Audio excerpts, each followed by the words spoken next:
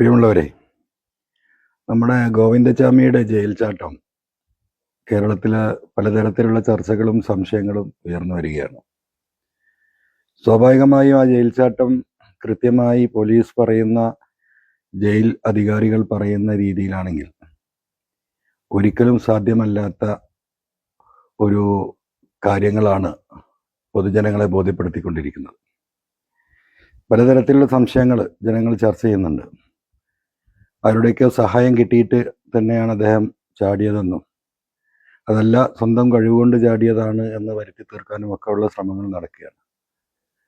യഥാർത്ഥത്തിൽ എനിക്ക് ബോധ്യപ്പെട്ട ചില കാര്യങ്ങൾ, അങ്ങനെ ഒരു ജയിൽ ചാട്ടം തന്നെ ഉണ്ടായിട്ടുണ്ടോ എന്നാണ് ആദ്യം തന്നെ പരിശോധിക്കേണ്ടത്. ഇതിൻ്റെ പിന്നിൽ ഒരു വലിയ ഗൂഢാലോചന സ്വാഭാവികമായിട്ടും നമുക്ക് കാര്യങ്ങൾ പരിശോധിക്കുമ്പോൾ നമുക്ക് മനസ്സിലാവുന്നതാണ്. ഒന്നാമതായി നമ്മൾ മനസ്സിലാക്കേണ്ടത്, ഇദ്ദേഹത്തെ അടച്ചിട്ടിരുന്ന സെല്ലെന്ന് പറയുന്ന സെല്ലിൻ്റെ വാതിലിന് ഉപയോഗിക്കുന്ന ഇരുമ്പ് റോഡിൻ്റെ കനം 1.5 ഇഞ്ചാണ് എന്നാണ് പറയപ്പെടുന്നത്. 1.5 ഇഞ്ച് കനമുള്ള സ്റ്റീൽ റോഡ്, അതും ഹൈ കാസ്റ്റേൺ അയൺ ആണ് ഇത്തരം ബാറുകൾക്ക് ഉപയോഗിക്കുക.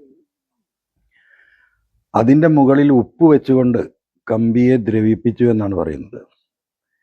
ഈ 1.5 ഇഞ്ച് വണ്ണമുള്ള കുത്തനെ നിൽക്കുന്ന ഈ കമ്പിയിൽ എവിടെ ഉപ്പ് വെക്കാൻ കഴിയും എന്ന ചോദ്യം ആദ്യം തന്നെ നമ്മളോട് തന്നെ ചോദിച്ചാൽ അത് ഒരിക്കലും സാധ്യമല്ല എന്ന് കോമൺ സെൻസ് ഉള്ള 2ാം ക്ലാസ്സിൽ പഠിക്കുന്ന കുട്ടിക്ക് പോലും മനസ്സിലാകും. അപ്പോൾ ഉപ്പ് വെച്ചുകൊണ്ട് ദ്രവിപ്പിച്ചു എന്ന് പറയുന്നതിൽ ഒരു വസ്തുതയില്ല. അത് പച്ചക്കള്ളമാണ് എന്ന് നമുക്കെല്ലാവർക്കും മനസ്സിലാക്കാൻ സാധിക്കും. അത് ഒന്നാമത്തെ ഭാഗം. രണ്ടാമത്തെ ഭാഗം, ചില റിപ്പോർട്ടുകളിൽ പറയുന്നു എവിടുന്നോ സംഘടിപ്പിച്ച ഒരു ബ്ലേഡ് ഇതിന് ഉപയോഗിച്ചു എന്ന് പറയുന്നു. വേറെ സ്ഥലത്ത് പറയുന്നത് ഒരു തകിട് കൊണ്ട് ഗോവിന്ദച്ചാമി തന്നെ ഒരു വാളിൻ്റെ ആകൃതിയിൽ രൂപമാറ്റം വരുത്തി അത് ഉപയോഗിച്ചു എന്നാണ് പറയുന്നത്. എന്തുമാവട്ടെ, ഇത് രണ്ടും ഉപയോഗിച്ചുകൊണ്ട് ഈ റോഡ് അറുക്കാൻ കഴിയില്ല എന്ന് ആർക്കും മനസ്സിലാക്കാൻ കഴിയും. പിന്നെ അതിനെ ന്യായീകരിക്കാൻ പറയുന്ന കാര്യം, മാസങ്ങളോളം എടുത്താണ് ഈ പറയുന്ന കമ്പി മെല്ലെ മെല്ലെ മുറിച്ചെടുത്തത് എന്നാണ് പറയുന്നത്. സ്വാഭാവികമായിട്ടും ആ ഒരു ബ്ലേഡിന് എത്ര ആയുസ്സുണ്ടാകും? നമ്മളറിയാം, ഒരു ആക്സോ ബ്ലേഡ് ഒരു 10 മിനിറ്റ് ഉപയോഗിച്ച് കഴിഞ്ഞാൽ പിന്നെ അതൊന്നും ഉപയോഗിക്കാൻ സാധ്യമല്ല. അപ്പോൾ എവിടുന്നോ കിട്ടിയ ഒരു ആക്സോ ബ്ലേഡിൻ്റെ കഷ്ണം ഉപയോഗിച്ച്, അല്ലെങ്കിൽ ഈ പറയുന്ന ഒരു ഇരുമ്പ് തകിടിൻ്റെ അതിന് മൂർച്ച വെപ്പിച്ചൊരു ബ്ലേഡാക്കി അത് ഉപയോഗിച്ചാൽ 1, 2, 3 ദിവസം ഒരു പക്ഷേ ഉപയോഗിക്കാൻ സാധിക്കും. ഈ 1, 2, 3 ദിവസം കൊണ്ട് 1 മില്ലിമീറ്റർ പോലും ഇത്തരത്തിലുള്ള ഹാർഡായിട്ടുള്ള സ്റ്റീല് കട്ട് ചെയ്യാൻ സാധ്യമല്ല. ഇനി അതും അംഗീകരിച്ചു കൊടുത്താൽ എങ്ങനെയാണ് ജയിൽ ഉദ്യോഗസ്ഥന്മാർ ഇത് കാണാതെ പോയത് എന്ന ചോദ്യം ചെയ്യുകയാണ്. അതിനും ജയിൽ അധികാരികളുടെ കയ്യിലോ അല്ലെങ്കിൽ പോലീസിൻ്റെ കയ്യിലോ ഉത്തരമുണ്ട്. എന്താണ് ഉത്തരം? അവിടെ നൂല് കെട്ടി മറച്ചിരിക്കുകയായിരുന്നു. ചില റിപ്പോർട്ടിൽ, വാർത്തകളിൽ കാണുന്നത് തുണി കൊണ്ട് കെട്ടിവെച്ചു എന്ന്. മാസങ്ങളോളം ഒരു തുണി അവിടെ കെട്ടിവെച്ചാൽ 24 മണിക്കൂറും ഒബ്സർവേഷൻ ഉള്ള ഈ വാർഡിൽ എന്തിനാണ് ഈ തുണി കെട്ടിവെച്ചത്, എന്തുകൊണ്ടാണ് ഈ നൂല് ചുറ്റിക്കെട്ടിയിരിക്കുന്നത് എന്നെങ്കിലും പരിശോധിക്കുമെന്നുള്ള കാര്യം ഉറപ്പാണ്. ഇനി ഇതെല്ലാം നമ്മൾ അംഗീകരിച്ചു കൊടുത്താൽ ഈ കമ്പി ഒരു സൈഡ് മുറിച്ചാൽ ആ കമ്പിയെ വളക്കാൻ 10 ഗോവിന്ദച്ചാമിമാർ വിചാരിച്ചാൽ പോലും സാധ്യമല്ല.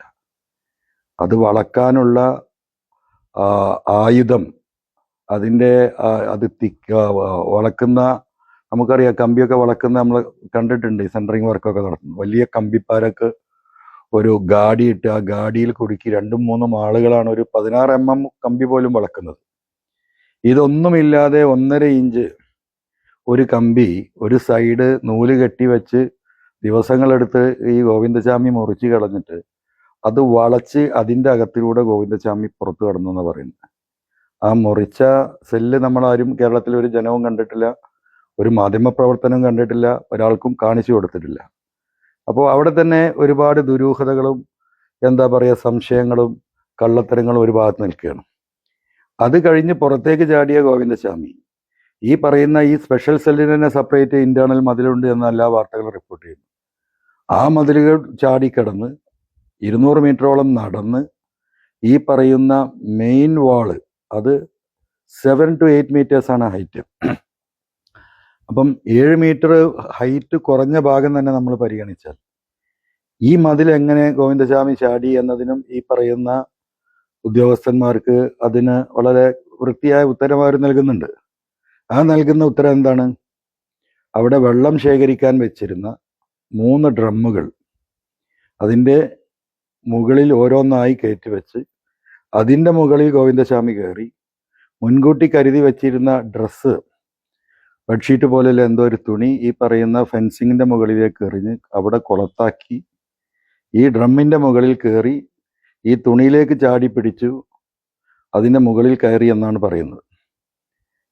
ഒരിക്കലും വിശ്വസനീയമല്ല. കാരണം നിങ്ങൾ തന്നെ ആലോചിച്ച് നോക്കുക, ഒരു ഡ്രമ്മിൻ്റെ മുകളിൽ മറ്റൊരു ഡ്രമ്മ് കയറ്റി വെച്ച് അതിൻ്റെ മുകളിൽ മറ്റൊരു ഡ്രമ്മ് കയറ്റി വെച്ചാൽ എങ്ങനെ ഈ ഡ്രമ്മിൻ്റെ മുകളിലേക്ക് കയറും?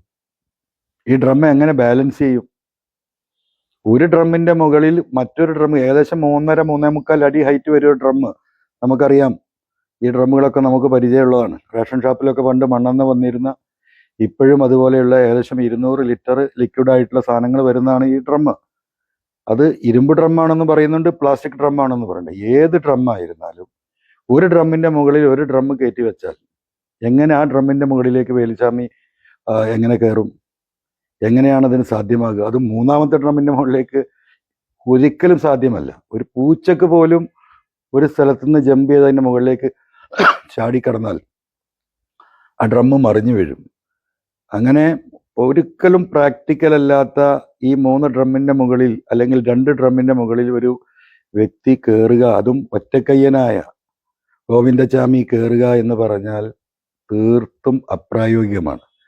ഇനി അതും കഴിയട്ടെ, അത്രയും എന്താ പറയുക, മാജിക്കലി അദ്ദേഹത്തിൻ്റെ മുകളിൽ കയറിയെന്ന് തന്നെ വിചാരിക്കാം. പിന്നെയും 5 മീറ്റർ ബാക്കി കിടക്കുകയാണ്. ഈ 5 മീറ്റർ എങ്ങനെയാണ് കയറുന്നത്? എന്താ പോലീസ് ഭാഷ്യം? ഒരു തുണി കരുതി വെച്ച ബെഡ്ഷീറ്റോ ലുങ്കിയോ എന്തോ ആണ് നമ്മൾ ആ മതിലിൻ്റെ മുകളിൽ അതിങ്ങനെ തൂങ്ങിക്കിടക്കുന്നത് കണ്ടാണ്. അതിൻ്റെ ആ ഫോട്ടോ കണ്ടവർക്കറിയാം, ആ മതിൽ നിന്ന് ഏകദേശം ഒരു 1.5 മീറ്ററാണ് അതിൻ്റെ ലെങ്ത് കിടക്കുന്നത്. പിന്നെയും 3 മീറ്റർ ബാക്കി കിടക്കുകയാണ് ഈ ഡ്രമ്മിൻ്റെ മുകളിൽ നിന്ന്. അപ്പം ആ ഡ്രമ്മിൻ്റെ മുകളിൽ നിന്ന് ഈ തുണി പിടിക്കാൻ ആദ്യം എന്ത് വേണം? ഗോവിന്ദചാമി ഈ ഡ്രമ്മിൽ നിന്ന് ആ തുണിയിലേക്ക് ചാടി പിടിക്കണം. ആ തുണിയിലേക്ക് ചാടി പിടിച്ചാൽ തന്നെ ഈ 1.5 മീറ്റർ ഒരു കൈയിൽ പിടിച്ചിട്ട്, സാധാരണ നമ്മൾ ഒരു കൈയിൽ പിടിച്ച് അടുത്ത കൈ മുകളിലേക്ക് വെച്ചാലാണ് നമുക്ക് പൊങ്ങാൻ പറ്റുക. രണ്ടാമത്തെ കൈപ്പാദം ഇല്ലാത്ത ഈ പറയുന്ന ഗോവിന്ദചാമി ഒറ്റപ്പ് കൈപ്പാദം വെച്ച് എങ്ങനെ മുകളിലേക്ക് കയറി ഈ കമ്പിവേലിക്ക് മുകളിലെത്തി എന്നുള്ളത് ഒരിക്കലും നമുക്ക് വിശ്വാസയോഗ്യമായ കാര്യമല്ല. അതുകൊണ്ട് എന്തായിരുന്നാലും ഈ പറയുമ്പോൾ അത് അത്രത്തോളം അങ്ങ് നമുക്കാർക്കും മനസ്സിലാവില്ല. 8 മീറ്റർ ഹൈറ്റുള്ള ഒരു മതിൽ ഞങ്ങൾ മഞ്ചേരിയിൽ കണ്ടെത്തിയിട്ടുണ്ട്. നാളെ രാവിലെ 9:30 മണിക്ക് മലപ്പുറത്തെ എല്ലാ പത്രപ്രവർത്തകരെയും അങ്ങോട്ട് നമ്മൾ ക്ഷണിക്കുകയാണ്. 3 ഡ്രമ്മുകളും നമ്മളവിടെ ഒരുക്കിയിട്ടുണ്ട്. ഇവിടുത്തെ അത്യാവശ്യം തെങ്ങ് കയറ്റ തൊഴിലാളികളായ പരിചയമുള്ള 1-2 ആളുകളെയും നമ്മൾ കൊണ്ടുവരുന്നുണ്ട്. നിങ്ങളും വരണം. കേരളത്തിലെ ജനങ്ങൾക്ക് ഇതൊന്ന് ബോധ്യപ്പെടുത്തി കൊടുക്കേണ്ടതുണ്ട്. എങ്ങനെയാണ് 8 മീറ്റർ ഹൈറ്റുള്ള ഒരു മതിലിൻ്റെ താഴെ 3 ഡ്രം അട്ടി വെച്ച് അതിൻ്റെ മുകളിൽ എങ്ങനെ മനുഷ്യന് കയറാൻ പറ്റുമെന്നുള്ള ഇതിൻ്റെ ഒരിക്കലും പ്രായോഗികമല്ലാത്ത, കേരളത്തിലെ 3.5 കോടി ജനങ്ങൾ ഒറ്റയടിക്ക് പറഞ്ഞു പറ്റിച്ചുകൊണ്ടിരിക്കുന്ന ആ പോലീസ് ഭാഷ്യം ഒരിക്കലും ശരിയല്ല, അത് വസ്തുതാപരമല്ല എന്നുള്ള കാര്യം നാളെ നേരിട്ട് ജനങ്ങൾക്ക് ബോധ്യപ്പെടുന്ന രീതിയിൽ നാളെ രാവിലെ 9:30 മണിക്ക് മഞ്ചേരിയിൽ വെച്ച് ഇതിൻ്റെ ഒരു ട്രയൽ നമുക്കൊന്ന് നടത്തി നോക്കാം. അതിന് മുഴുവൻ പത്രപ്രവർത്തകരെയും മഞ്ചേരിയിലേക്ക് സ്വാഗതം ചെയ്യുകയാണ്. കേരളത്തിലെ മുഴുവൻ ജനങ്ങളും ഇതൊന്ന് വീക്ഷിക്കണം, എന്താണ് ഇതിൻ്റെ വസ്തുത എന്ന്. നിങ്ങൾ ഓരോരുത്തരും ഒന്ന് സ്വയം ഇങ്ങനെ ഗോവിന്ദചാമി ഈ പോലീസ് പറയുന്ന ഭാഷ്യത്തിൽ ജയിൽ ചാടിയിട്ടുണ്ടോ? അതല്ല, ഗോവിന്ദചാമിയെ ജയിൽ അധികൃതരുടെ തന്നെ വാഹനത്തിൽ കയറ്റി പുറത്ത് കൊണ്ടുവന്ന് നിർത്തി 1 മണിക്ക് പുറത്ത് ചാടിയെന്ന വാർത്ത സൃഷ്ടിച്ച് ഉച്ചക്ക് 10 മണിയോടുകൂടി, രാവിലെ 10 മണിയോടുകൂടി ഈ ചാടിയ ജയിലിൻ്റെ പരിസരത്ത് നിന്ന് തന്നെ ഗോവിന്ദചാമിയെ അറസ്റ്റ് ചെയ്തൊരു വാർത്ത സൃഷ്ടിച്ച് സഖാവ് VS കുറിച്ചുള്ള കേരളത്തിൽ നടക്കുന്ന ചർച്ചകളുടെ വഴി തിരിച്ചുവിടാൻ നടത്തിയ ഒരു ഗൂഢാലോചനയാണോ എന്ന് നാളെ നമുക്ക് ഓരോരുത്തർക്കും സ്വയം ചിന്തിക്കാനുള്ള ഒരു ദിവസമായിരിക്കും.